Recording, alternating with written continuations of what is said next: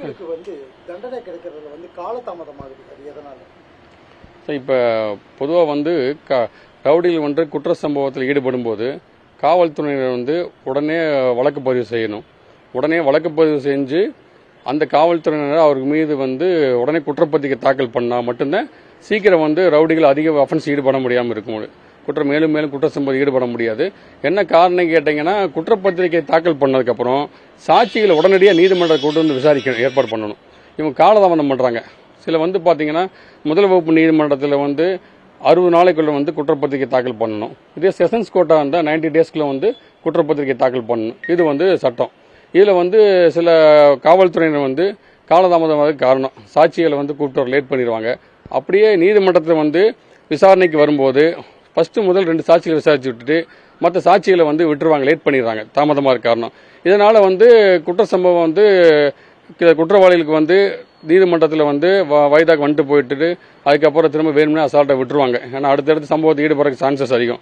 தொடர்ந்து ஒரு சாட்சிகளை எடுத்துட்டாங்க, ஒரு வழக்கு எடுத்துட்டாவே தொடர்ந்து வந்து சீக்கிரம் வந்து அனைத்து சாட்சிகளையும் வந்து விரைவில் முடிச்சாங்கன்னா அந்த நீதிமன்றத்தில் வந்து அந்த குற்றவாளிக்கு உடனே தண்டனை கிடைக்க சீக்கிரம் விரைவாக நீதி கிடைக்கும்.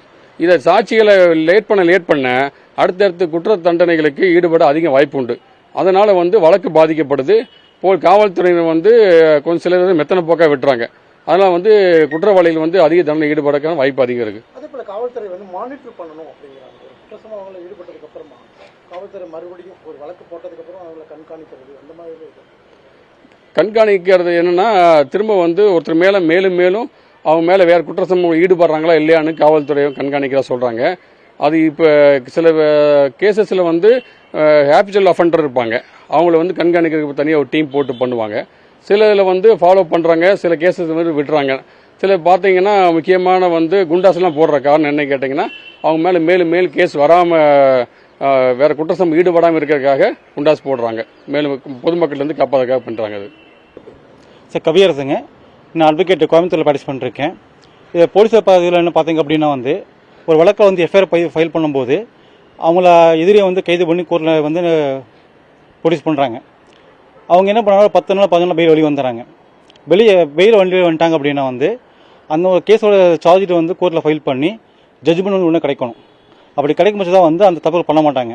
ஆனால் என்னென்னா எஃப்ஐஆரை போட்டு அரெஸ்ட் பண்ணுற காட்டோட வேகத்தை பொறுத்த வரைக்கும் சார்ஜ் ஃபைல் பண்ணுறதுல வந்து அவங்க காட்ட மாட்டேறாங்க. இதனால் வந்து என்ன கோர்ட்டில் வந்து ரொம்ப தாமதம் ஏற்படுது. அது தாமதம் ஏற்படும் போது தீர்ப்பும் லேட்டாக கிடைக்குது. தீர்ப்பு லேட்டாக கிடைக்கும்போது என்ன அப்படின்னா வந்து அவங்களுக்கு வந்து பயம் இருக்கிறது கிடையாது. அந்த பயம் இல்லாதனால என்ன பண்ணுறாங்கன்னா மொழி வந்து அடுத்த தப்புகளை வந்து செய்கிறாங்க. ஒரு கேஸில் வந்து தண்டனை வந்து சீக்கிரம் கிடைத்தாலும் மட்டும்தான் தப்புகள் குறையும். தண்டனை கிடைக்காமல் காலதாக ஆகும்போது அந்த எதிரிகளுக்கு அக்யூஸ்டை பொறுத்தவரைக்கும் என்னென்னா பயம் இல்லை. பயம் இல்லாத என்ன பண்ணாங்கன்னா மொழி வந்து தப்புகளை வந்து தொடராங்க. அப்படி தொடரும் போது தான் வந்து கேஸில் வந்து அதிகமாக ஜாஸ்தியாகுது.